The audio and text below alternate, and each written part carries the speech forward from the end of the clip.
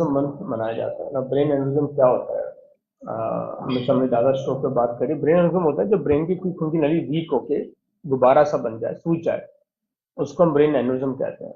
ये बीमारी बड़ी खतरनाक बीमारी है, क्योंकि जब सूजता चला जाता है, जैसे गुब्बारा बन गया, नली में कमजोर स्पॉट है, सूज गया जैसे पाइप एक साइड से, तो जब बर्स्ट करेगा तो ब्रेन में एकदम मैसिव ब्लीडिंग होती है। और क्योंकि मेन नली से लीकेज होती है, तो इस तरह की ब्लीडिंग में, पहली ब्लीडिंग में ही या तो आधे लोग सर्वाइव नहीं करते, या ब्रेन डैमेज हो जाते हैं इसी वजह से। अब ब्रेन हेमरेज ब्लड प्रेशर से भी होती है, डिफरेंट होती है, ब्रेन के टिश्यू में होती है, डीप टिश्यूज में होती है। ये ब्रेन की मेन नलियों से लीकेज होती है, तो ब्रेन के सरफेस पे लीकेज आती है, पर डेंजरस काफी ज्यादा होती है। कहने को ब्रेन एनरिज्म, ब्लड प्रेशर और बाकी हम जो स्ट्रोक की बातें करते हैं उससे अनकॉमन है, पर ये होता है यंगर एज ग्रुप में। तो एक तरह से देखा जाए तो हम बोलते हैं नंबर ऑफ ईयर्स लॉस्ट, कितना असर आया सोसाइटी को, इसका बहुत सिग्निफिकेंट है। करीब 5% से 10% स्ट्रोक ब्रेन एनरिज्म के मारे होते हैं। इनफैक्ट मेरी ये थ्योरी है, कई बार बोलते हैं ना हार्ट अटैक से डेथ हो गई, हार्ट अटैक हुआ, अरे ब्रेन हेमरेज सीवियर होगी, अल्टीमेटली हार्ट ही बंद होकर डेथ होती है। They are missed, it is a reason behind some of the sudden death also, जो पता नहीं चलता है। तो ब्रेन एनेरिज्म अवेयरनेस में एक तो इसके साइन एंड सिम्टम्स मिस हो जाते हैं। हमारे पास बहुत पेशेंट आते हैं, पता नहीं चलता, किसी को बहुत जोर से सिर दर्द हो सडनली, जो पहले कभी नहीं हुआ। एक तो सिर दर्द तो 2-4 घंटे में बड़ा झटके से सिर दर्द होता है, हेड एक, वॉमिटिंग होती है, तो ये ब्रेन एनेरिज्म से छोटे लीकेज की निशानी हो सकती है, सीटी स्कैन जरूर होना चाहिए। और डायग्नोस टाइम पर होकर अगर आज होश में मरीज आ जाए, तो आजकल हमारे टेक्निक्स है कि हम गुब्बारों को ट्रीट कर सकते हैं safely, most of this cases. तो ये क्योरेबल स्ट्रोक है। एक तो हो गया ओल्ड एज हो गई है जी, नलियां डैमेज हो चुकी, ये बात नहीं है, बाकी नलियां सब ठीक ठाक होती हैं। पर ये किस्मत की बीमारी है कि एक जगह नली कमजोर है, वहां से सूज गई है।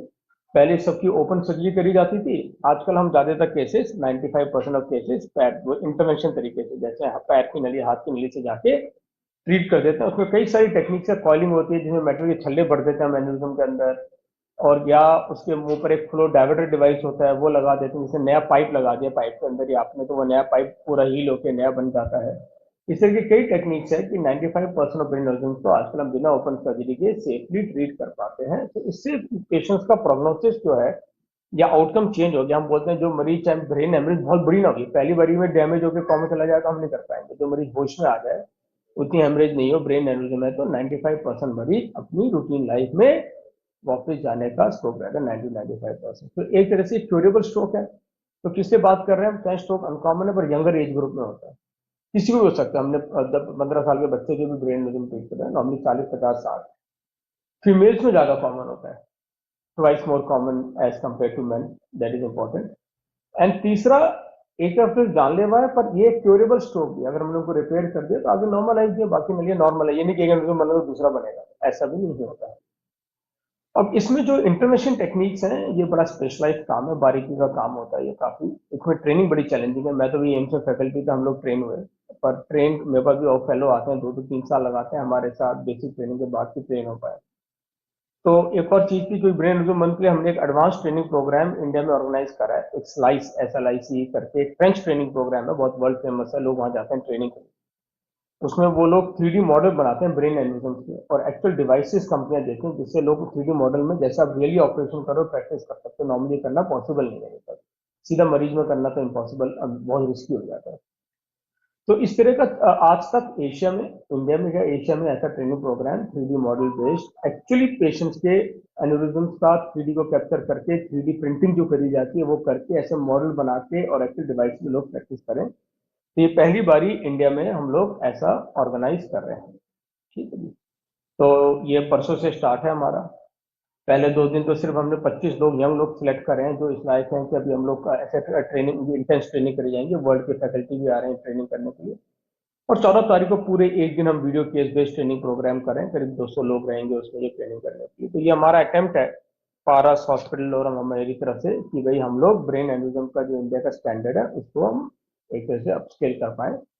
तो ऐसा ट्रेनिंग प्रोग्राम मेरी बहुत इच्छा थी पहले से, पर ऑर्गेनाइज करना बड़ा मुश्किल है, कि 3D printed model device arrange करना बहुत ही महंगा काम भी है।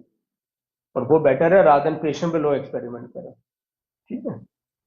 तो एक तो अवेयरनेस का एंगल हो गया हमारा, कि अगर सीवियर हेडेक हो, इस तरह का हो, तो वो एनिज्म से लीकेज की निशानी हो सकती है। कि बहुत केस में क्या होता है, पहले छोटा सा लीकेज होता है, पर लोग इग्नोर करते हैं, दवाई खा ली, 2 दिन तक पड़ा रहा, और फिर बड़ी लीकेज हो गई। तो इसके साइन जैसे मैंने बताया, कुछ साइन होते हैं सडन सीवियर हेडेक की, 1 मिनट में ऐसे ऊपर गया सिर दर्द, ये नहीं कि 2-4 घंटे में धीरे धीरे बढ़ा। जब लीकेज होगी तो झटके से आएगा, जैसे सिर में बम फूटा, जो पहले कभी ना हुआ, वॉमिटिंग हो, नेक में कोई अकड़न आ जाए या बेहोशी हो जाए, ये सब ब्रेन एन्यूरिज्म की निशानी हो सकती है। और जल्द से जल्द उन जगह जाना चाहिए जहां ब्रेन एन्यूरिज्म का ट्रीटमेंट स्पेशलाइज्ड लोग कर पाए। Number 2, with advance neurointervention technique 95% cases को हम लोग सेफली ट्रीट कर सकते हैं। That is number 2। And number 3, जैसे हम बताया मैंने कि हम लोग ये एडवांस ट्रेनिंग कोर्स इस तरह का इंडिया का पहली बार ही ऑर्गेनाइज हो रहा है। फ्रेंच टीम भी अपने साथ सारे 3D मॉडल्स और सब लेके आ रहे हैं, अपने वर्क स्टेशन हमने सारे इंपोर्ट किए हमको, क्योंकि इंडिया में ये फैसिलिटी अवेलेबल नहीं थी। सो सारा कॉन्फ्रेंस के लिए हम लोगों ने इंपोर्ट करके ऐसा ट्रेनिंग कर रहे हैं कि हमारा ये नहीं मैं कह रहा मेरे पास से मरी जाओ, ताकि ओवरऑल हम इसके स्टैंडर्ड को हम लोग इम्प्रूव कर पाए। ये तो बेसिक बात। बाय एंड लार्ज ये बीमारी लगती होती है, फिर बोले क्यों होता है, पर ये देखा गया है कि कोई बहुत स्मोकिंग करे, बहुत अल्कोहल पिए, ब्लड प्रेशर अनकंट्रोल हो, तो कल फटने जाए आज फट जाएगा। पर बाय एंड लार्ज ये लगती होती है ज्यादा तक केसेस में। 10% केसेस में फैमिली का फैमिलियल टेंडेंसी होती है एनिज्म बनने की, उन केसेस में हम लोग हैं, बाकी फैमिली वाले भी स्क्रीन करा लें।